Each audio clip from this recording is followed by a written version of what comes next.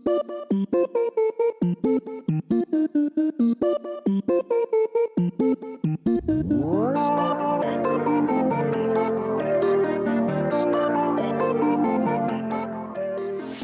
there, figgy puddings! Welcome to Enthusiastic Encouragement and Dubious Advice, the podcast for folks who would rather curl into the fetal position than lean in. I'm your host, Patricia LZ Tuttle.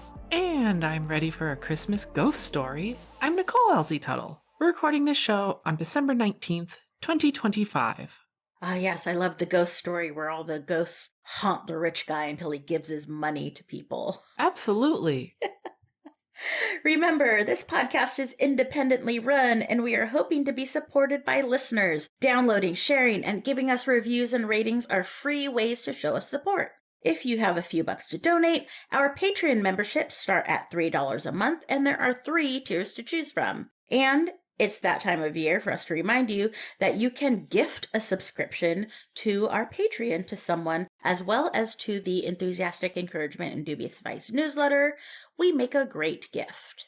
If you are looking for other gifts, even though you're probably listening to this on Christmas Day or after.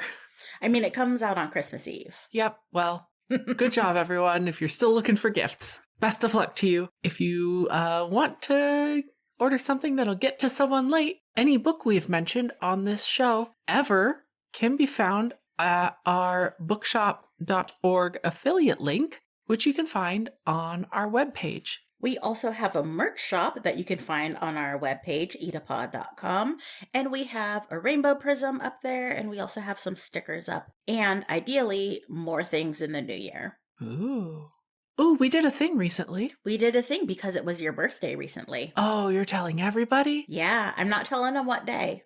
Okay. It's in December. It's in December. It's part of Decemberween. We went to the Lightscape at the San Francisco Botanical Gardens with some friends. Yeah, with some friends. And what they did was they hired maybe a dozen different artists to do light installations. Light and sound. Right, light and sound installation. So every part of the botanical gardens that you walked through had a different vibe. It had a different lights, different music. It was really cool. Yeah, there would be one tree looked like it had fluorescent lighting on it, up the trunk, and each branch had in different a colors. Color. Yeah. There was another space where there was a lawn, and it had lights set up that would look like it was flowing towards you like a little river or something. That was really cool. You really liked the light beams through the trees with the dance music. Yeah, it was almost spinning lasers. Not quite lasers. No, they were light beams, but they were very thin and targeted, and they were just kind of swirling through this area that had branches over it. And yeah. And fog. Yeah. Yeah. It was pretty cool. There was also just a moon hanging out in a glade, a small meadow. Like an inflatable moon over a pond or something. Oh, was it a pond? I don't know. It was just a moon hanging out there. It was good. But yeah, that was some of our holiday festivities. Oh, at the end of it, there were food trucks, and I had a churro waffle. You did have a churro waffle. And it was really good. Yeah, sometimes the food trucks, they went through their whole thing, and I think they're hit or miss now. Some food trucks are okay, they're fine. Mm-hmm. But we do occasionally find a good one. This one had a good churro waffle. Yeah. I was very excited by it. Taco trucks excluded. Taco trucks, always A+. A+ taco trucks. Yeah.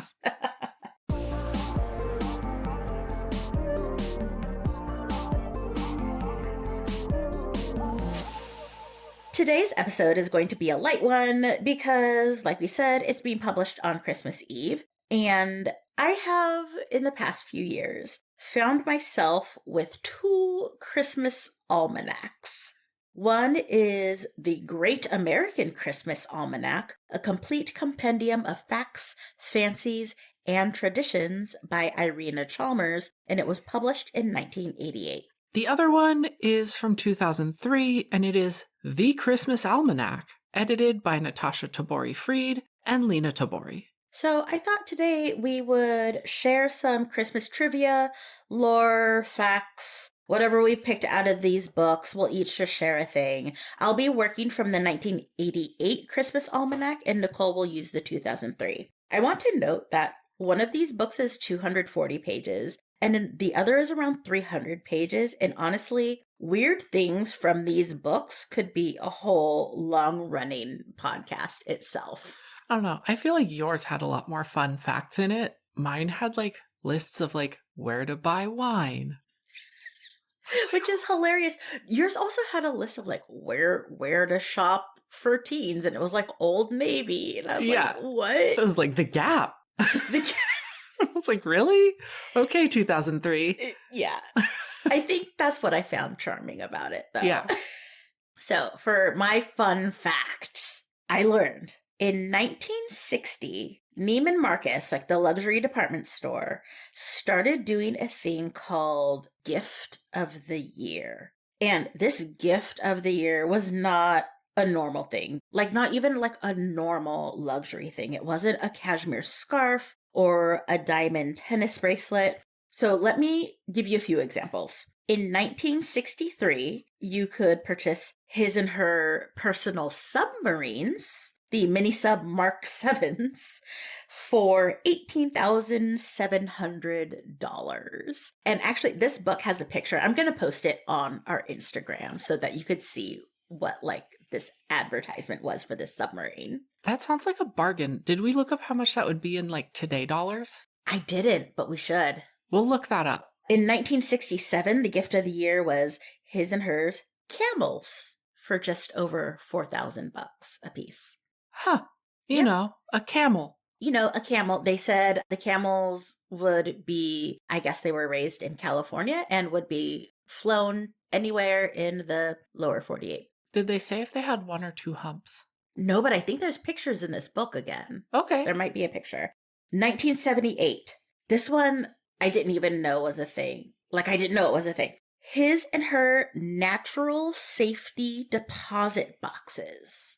So, they had this cavern in Utah's Wasatch Range, and this cavern has surveillance and security and a 50-year lease for you to have a safety deposit box. Like, deep in this cavern, $90,000. His and her safety deposit box sounds unnecessarily gendered. Oh, all of these ads are so unnecessary. They all just say his and hers. I really want to know what the difference is between the his and hers safety deposit box is. One's pink, one's blue. Duh. You're looking at By the way, this is still going. They no longer call it the gift of the year. They call it like fantasy holiday gifts. And Neiman Marcus has the 2025 fantasy holiday gifts on their site. And I'm totally going to link it in the show notes. And it says a portion goes to the Heart of Neiman Marcus Foundation. This year, there are a number of things to choose from. I'm not going to name them all. You should know, though, there is a Christian Louboutin custom saddle for $47,000. Is the underside of it red? Oh, good question. I don't know. They have pictures up. Oh. But I think, yeah, this is like a horse riding saddle, right? And, or you can get a portrait session with Annie Leibovitz for, $500,000. Or the one that had me crying with laughter is a custom sculpture of your pet made out of Crayola crayons for $64,000. These all have photos. I'll link it in the show notes because it's so wild. I'm just, I can't. Okay, so speaking of gifts, I'm going to go back to the number one selling toy of 1945. Okay. And the number one selling toy of 1945 was the Slinky. Yeah. The book said it was developed for the Navy as a way to help keep shipboard instruments steady while at sea. I was skeptical because I cannot see, like, the Slinky itself as a scientific instrument. Stabilizer. Yeah. It does not seem very stable. So I had to do some research. You were laughing at me because this set me off on such a side quest. Absolutely. But I found a Smithsonian Magazine article about it, and this book was not quite right. The inventor of the Slinky is Richard James. He was working on a device to stabilize instruments. And he was in the Navy. He was in the Navy. Okay. He was a Navy engineer. And while working, he knocked over some springs or coiled wire. And the way they bounced around or moved around the floor gave him the idea for the Slinky. He then actually mathematically worked out the ideal amount of spring and the size of the coil that could walk downstairs or declining planes. He actually patented this. You can see all of the maths in it and everything. There's a picture of a declining plane and a diagram of the Slinky walking down it. Oh my gosh. Yeah. So there you go. A lot more maths went into the Slinky than you thought. And shock of all shocks, the 2003 Christmas Almanac wasn't quite right on wasn't that one. Quite factually accurate. I mean, and that's, a lesson, like you mentioned, a lesson on fact checking. And we always say oh, it's in a book, it must be true. People put a lot of weight on that, but I think sometimes it's worthwhile to dig on your own. Dig a little deeper. And that's what we got. This is our last show of 2025. And when you hear from us next, we'll be checking in on if we met any of those 2025 goals, because I still have a few more days to get some reading done, and what ones we decided to set free. And we'll also talk about what we hope to do in 2026. We hope the rest of the year treats you well.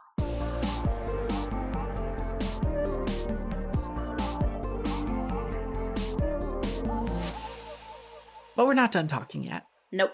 Patricia, what has been filling your cup?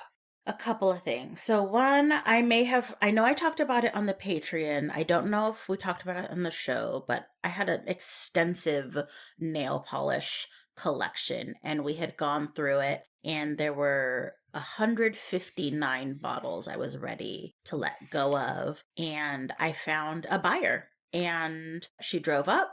And we met in a public place and she took all these nail polishes off our hands, gave us some cash, and I feel really good about that. I want to know, you said you had an extensive nail polish collection. We got rid of these 159 bottles of nail polish. Yeah. I would say you still have an extensive nail bottle collection. A nail bottle collection? Yes. Okay. Bottles of nails.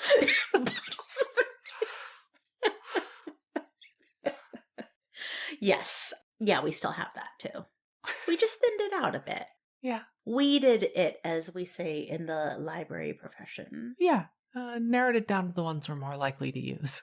Something else that is really filling my cup lately, we sent out a lot of holiday packages. And since we bought a printer over the summer, being able to buy shipping online, and I also got a shipping scale, and just buy shipping and print out labels and box everything up, and then just dumping these boxes at the post office without having to wait in line is magical. It is phenomenal. It is filling my cup to the brim.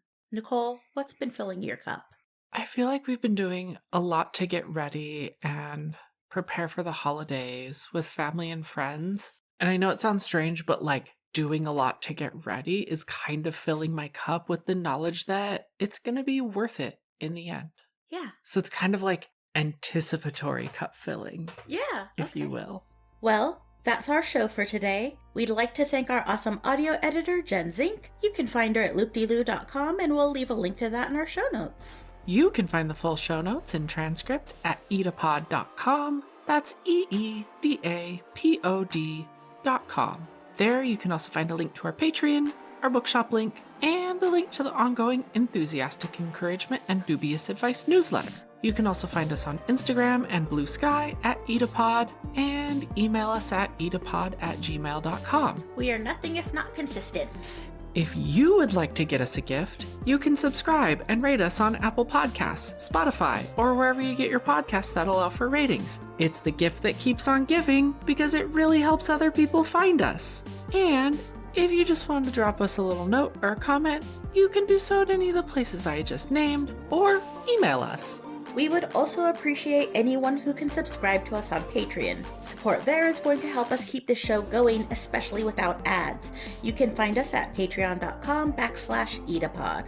In the meantime, we hope you find ways to be kind to yourself. Drink some water and read a book. We'll be talking to you soon. I'm just kind of amused at the concept of like diamond tennis bracelets. Who's like, yes, I'm going to go play tennis. I must put on a precious jewel bracelet. I don't know if that's why they're called tennis bracelets. I don't know if it means you play tennis in them. I mean, maybe I'm just showing my like lack of living in luxury in life, but... Yes, this is my tennis playing bracelet. I mean, that's what I assumed. I don't actually know.